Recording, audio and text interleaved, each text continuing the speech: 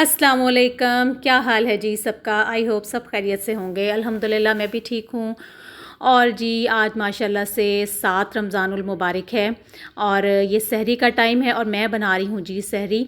बच्चों के लिए पराठे वगैरह जो भी जिसकी जो फरमाइश होती है, जो डिमांड होती है वो उसके मुताबिक फिर मैं बना देती होती हूँ। तो यहाँ पे जी ये बन रहे हैं, पराठे बन रहे हैं और साथ साथ में जी अंडे भी फ्राई हो रहे हैं।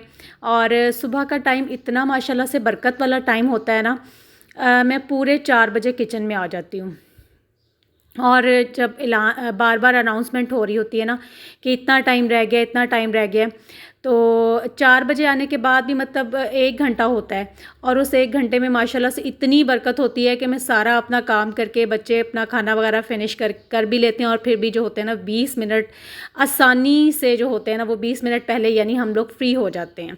तो फिर जो 20 मिनट होते हैं ना उसमें मैं फिर सारा अपना किचन जो होता है वो वाइंड अप कर लेती हूँ, समेट लेती हूँ, सफाई वगैरह जो करने वाली होती है वो कर लेती हूँ। और तो बस ये जी इस तरह से मैं कहती हूँ कि रमज़ान की माशाल्लाह से ना बहुत बरकत है, हर चीज़ में बरकत आ जाती है, अल्लाह की तरफ से ही आ जाती है। और ये जी बन रहा है, फ्राई अंडे बन रहे हैं। किसी की फरमाइश होती है जी अंडा फ्राई कर दें, कोई कह रहा होता है ऑमलेट बना दें, तो साथ में जी चाय तो ज़रूर ही बनती है।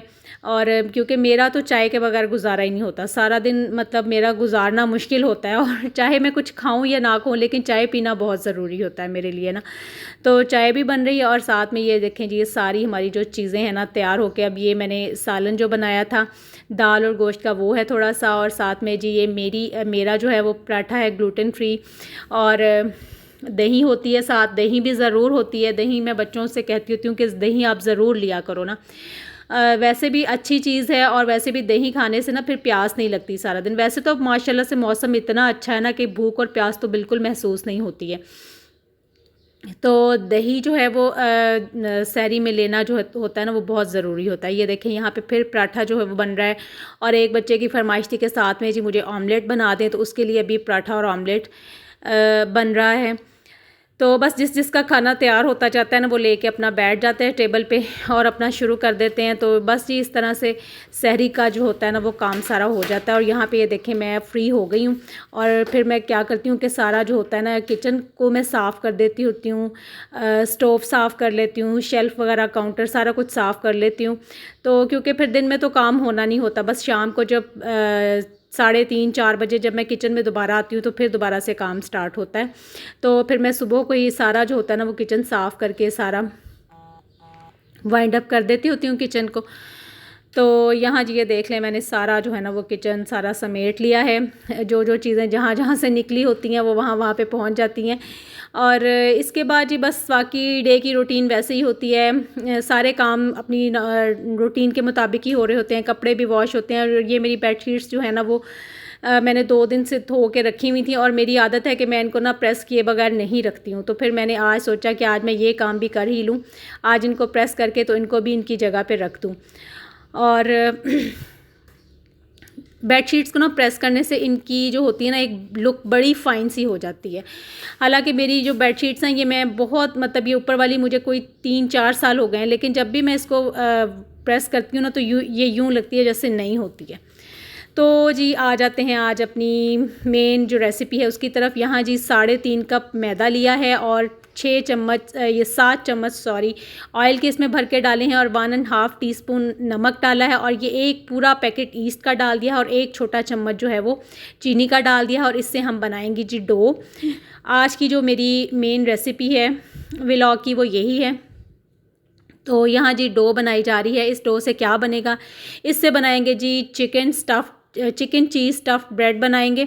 और लें जी यहाँ डो जो है वो तैयार हो गई है। डो को आपने बहुत ज़्यादा हार्ड भी नहीं रखना और बहुत ज़्यादा सॉफ्ट भी नहीं रखना। जैसा कि हम पिज़्ज़ा की डो बनाते हैं ना बिल्कुल वैसी ही डो ये बना लेनी है। और ये डो जो है ना ये 2 बजे मैंने तैयार करके ना रखती थी, तो बल्कि ये मेरी बड़ी बेटी ने ही रखी थी तैयार करके, उसी ने सारा इसको नीट किया था। बस मैंने उसको थोड़ा सा गाइड कर दिया था कि इतनी इतनी आपने मेजरमेंट मैंने उसको सारी करके दे दी थी, बाकी इसने उसने खुद ही इसको किया था। तो माशाल्लाह से जी बस अब किचन में हम घुस गए हैं, मैं भी हूँ, बेटियाँ भी साथ ही होती हैं, तो सारे फिर मिलजुल के काम कर रहे होते हैं। हर कोई अपना अपना काम जो होता है ना, अपनी ड्यूटी असाइन कर लेता है कि मैं ये करूँगा, आप ये कर लेना। इस तरह से काम जो होता है ना मिलजुल के बड़ा अच्छा हो जाता है और पता भी नहीं चलता काम के होने का। और मैं जी बना रही हूँ सैंडविचेस अंडे वाले। 4 अंडे हैं बॉयल किए हुए, उसमें जी प्याज टमाटर डाला है, नमक और काली मिर्च डाली है और थोड़ा सा उसमें बटर डाला है और साथ में जी थोड़ी सी मेयोनीज़ डाली है और इस तरह से इसको बना लिया है मिक्सचर। और ब्रेड के ऊपर इस तरह से इसको सारे को स्प्रेड कर देना है और स्प्रेड करने के बाद आपकी मर्ज़ी होती है, अगर आप इसको टोस्ट करना चाहें तो हल्का सा तवे के ऊपर ही टोस्ट कर लें, और नहीं तो इसको सैंडविच मेकर में भी रख के इसको टोस्ट कर सकते हैं। और मैंने चूँकि ब्रेड नहीं खानी होती तो मैंने अपने लिए अपना जो होता है ना, मेरा ग्लूटेन फ्री फ्लोर होता है, उससे फिर ये मैंने इस तरह से ये छोटे छोटे जो है ना वो समोसा टाइप बना लिए थे फिलिंग करके। और यहाँ देखें जी सैंडविचेस जो हैं वो साथ साथ सैंडविचेस हो रहे हैं रेडी, और साथ साथ जी ये देखें पिज़्ज़ा की जो ब्रेड की जो तैयारी है ना वो भी हो रही है। चिकन है श्रेड किया, बॉयल किया हुआ, श्रेड किया हुआ, और इसमें डलेगा जी प्याज, शिमला मिर्च और सब्ज़ मिर्च। ये इसके इंग्रेडिएंट्स हैं। और 2 चम्मच इसमें डलेगा मैदा।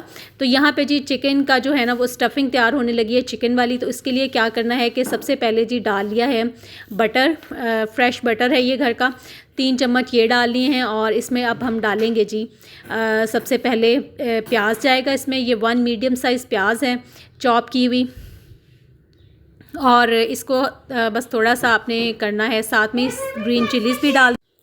अब इन दोनों चीज़ों को अच्छी तरह से हिला जुला लेना है, मतलब बहुत ज़्यादा कुक नहीं करना है, बस प्याज का कलर जो है ना वो ट्रांसलूसेंट सा हो जाए तो बस इसमें बाकी इंग्रेडिएंट्स जो हैं वो ऐड करते जाएंगे।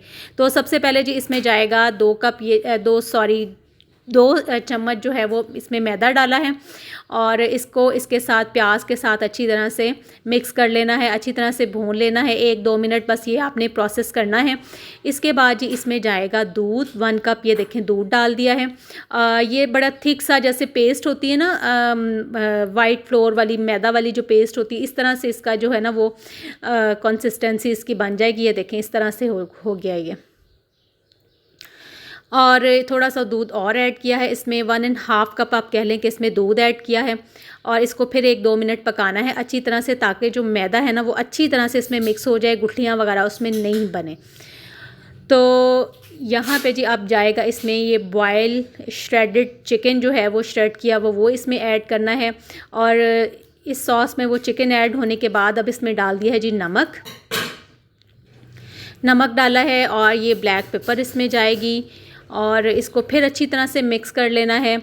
और अभी ये देखें अभी थोड़ा सा ना ये इसको अभी और पकने की ज़रूरत है, यानी ये थोड़ा सा और गाढ़ा होगा तो फिर ये सही स्टफिंग इसकी जो है ना वो रेडी हो जाएगी। और यहाँ पे थोड़ी सी मिर्च और ऐड की है, इसको थोड़ा सा आपने थोड़ा सा स्पाइसी रखना है, बिल्कुल लाइट सा नहीं होना चाहिए। और जी चिली फ्लेक्स भी इसमें डाले हैं, और 1 टीस्पून जो है वो इसमें वाइट पेपर भी डाली है। और इतनी अच्छी इसकी खुशबू उठ रही है ना जब ये बन रहा है, बहुत ही मज़े की, बड़ी प्यारी सी इसका अरोमा इतना ज़बरदस्त आ रहा है ना। तो यहाँ पे देखें जी ये सारा जो है ना वो स्टफिंग तैयार हो गई थी, और यहाँ पे एक जो है ना वो मीडियम साइज़ का जो पिज़्ज़ा है स्मॉल वो भी बन रहा है। उसी डो से एक छोटा सा पिज़्ज़ा भी बनाया गया है, वो भी बॉयल किया हुआ जो चिकन था वो पहले इसके ऊपर पिज़्ज़ा सॉस लगाई, फिर जो बॉयल किया हुआ चिकन था वो इसके ऊपर लगा दिया, और फिर जी चीज़ उसके ऊपर थोड़ी सी डाल दी है, और थोड़ी सी शिमला मिर्च डाल दी है। तो साथ ही साथ जो है ना वो एक पिज़्ज़ा भी बेक होगा। तो यहाँ पे जी फिर पिज़्ज़ा की जो डो बनाई थी ना उसको इस तरह से बेल लेना है, मतलब फ्लैट कर लेना है एक बेल के, तो फिर इसको इस तरह से स्क्वायर कट कर लेना है, और उसके बाद जी इसके ऊपर यूं उसके ऊपर डाल देनी है। सबसे पहले जो चिकन की स्टफिंग तैयार की थी वो उसके ऊपर रखी है, फिर जी इसके ऊपर चीज़ डाल दी है, चीज़ ज़्यादा सारी डालनी है, मोज़रेला डालें, चेडर डालें, आपकी अपनी मर्ज़ी है। मेरे पास चेडर पड़ी हुई थी तो फिर मैंने वो डाल दी, और इस तरह से इसके ऊपर लगा लेने हैं जी कट्स। और कट्स लगाने के बाद ये एग वॉश जो है ये लगा लेनी है इसके ऊपर ब्रश की मदद से, जैसे भी आप लगाना चाहें लगा लें, लेकिन ब्रश की मदद से इजीली लग जाती है। तो ये देखें इस तरह से इसको लगा के, और इसको कुछ देर के लिए बेकिंग ट्रे जिसमें भी आपने बेक करना है उसमें रख के इसको 5 to 7 मिनट्स छोड़ दें। फिर ये थोड़ी सी राइज़ होगी तो आपने बेकिंग के लिए फिर इसको रख देना है। जिस चीज़ में भी आपने बेक करना है, अवन में करना है या किसी पैन में बेक करना, तो फिर जी आप इसको आप उस इसमें ओवन में या पतीले में, जिसमें भी आपने इसको बेक करना है उसमें रख दें। अगर आप पतीले में बेक कर रहे हैं तो आप उसको हाफ़ एन आवर या 15 मिनट्स आप इसको प्री हीट करेंगे, हाई फ्लेम पे प्री हीट करके। तो फिर आप इसकी जो उसका फ्लेम है ना, जो उसको आप कम कर देंगे। बहुत ज़्यादा लो भी नहीं रखना और बहुत ज़्यादा जो है ना वो हाई भी नहीं रखना, लो टू मीडियम आपने फ्लेम रखना है। ये देखिए मैंने जो है ना वो अपना पतीला रखा हुआ था प्री हीट होने के लिए, और 15 मिनट्स मैंने इसको प्री हीट किया है। फिर मैंने इसके अंदर एक स्टैंड रखा है और मैंने इस तरह से ये जो अपना बेकिंग ट्रे था वो मैंने इसके अंदर रख दिया है। और इसको जी फिर मैं टाइम टू टाइम चेक करती रहूँगी। और यहाँ पे जी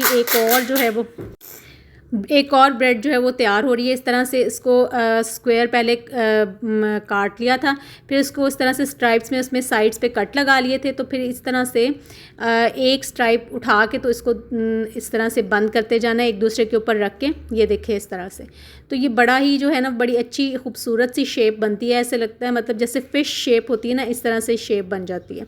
और यहाँ जी पिज़्ज़ा जो है ना वो भी बेक हो रहा है। इसको भी तवे के ऊपर बेक कर रहे हैं, तो नीचे से तो ये जल्दी से बेक हो जाता है, बस इसका जो प्रॉब्लम होता है ना कि इसमें कलर नहीं आता। तो जी लें, यहाँ पे जो है ना वो इफ्तार का टाइम हुआ चाहता है और सारी चीज़ें जो हैं वो टेबल पे पहुँच गई हैं। ये पिज़्ज़ा भी बेक हो गया, बड़ा अच्छा सा बेक हुआ है। और इसके बाद जी फ्रूट चाट जो है वो फ्रूट चाट बनाई है, साथ में पकोड़े हैं, खजूरें तो ज़ाहिर सी बात है होती ही हैं। और साथ में जी ये स्पेगेटी नूडल्स हैं। और ये जो हमने ब्रेड बेक की थी, ये देखें ये इस तरह से बड़ी अच्छी सी ये भी बेक हो गई है, कलर बड़ा अच्छा इसका भी आ गया था। और ये है जी मेरी आज की इफ़्तार टेबल, आज का मेन्यू। और इसके बाद जी शाम की इफ़्तार के बाद जो चाय होती है ना, वो तो एक अलग ही मज़ा और सुकून देती है। और फिर मैं आराम से बैठ के अपनी चाय एंजॉय करती हूँ, साथ में कुछ थोड़ी बहुत मंचिंग करती हूँ। बस जी ये है मेरी आज की रूटीन, मेरा आज का व्लॉग। आई होप आपको अच्छा लगेगा। अच्छा लगे तो चैनल को सब्सक्राइब कर लीजिए, लाइक और शेयर कर दिया करें। इसके साथ ही मुझे दें इजाज़त। अल्लाह हाफिज़।